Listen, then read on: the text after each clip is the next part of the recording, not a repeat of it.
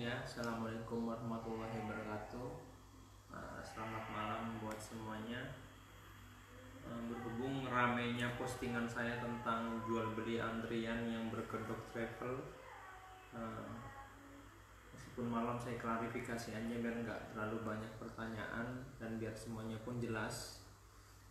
Saya padahal ini baru selesai semua pasien, capek banget sebenarnya, tapi harus saya klarifikasi biar semuanya jelas dan transparan.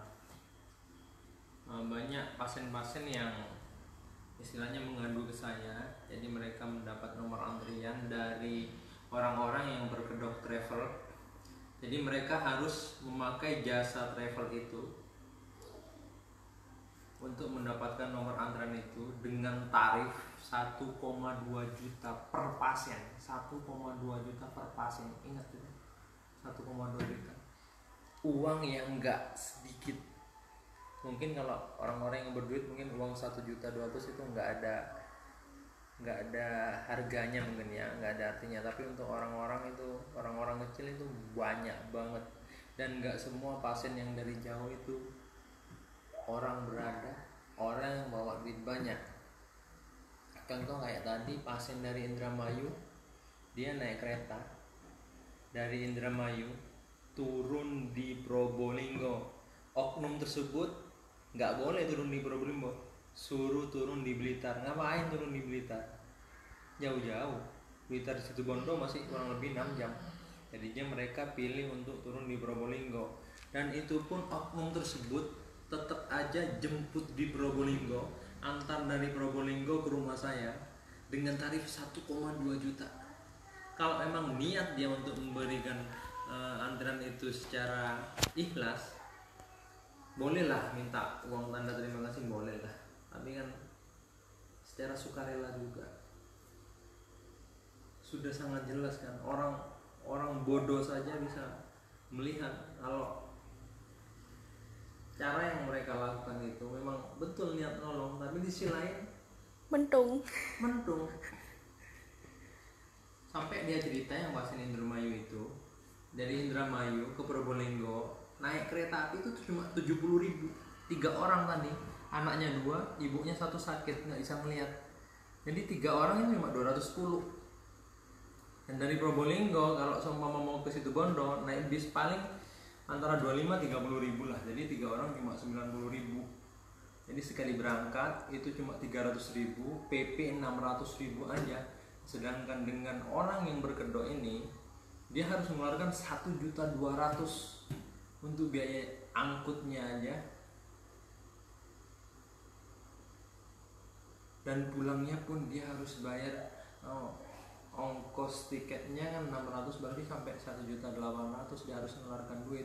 Mestinya hanya mengeluarkan 600.000, dia mengeluarkan 1.800.000. Mungkin untuk orang yang berduit itu nggak ada artinya lah, tapi untuk mereka itu duit seperti itu banyak banget, dan itu bukan orang berada loh. Jadi itu yang harus kalian tekankan semua ya. Kalau kita lihat ikhlas itu rezeki nggak akan kemana, nggak akan tertukar. Jadi untuk semua anggota di grup saya ini, kalau memang ada sesuatu yang mau ditanyakan silahkan posting. Anak-anak pasti akan menjawab secara sukarela.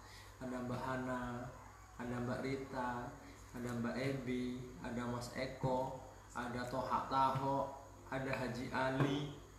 Banyak orang-orang baik di sini. Ada Mbak Safitri Latif, Jeng Patron itu yang akan selalu siap.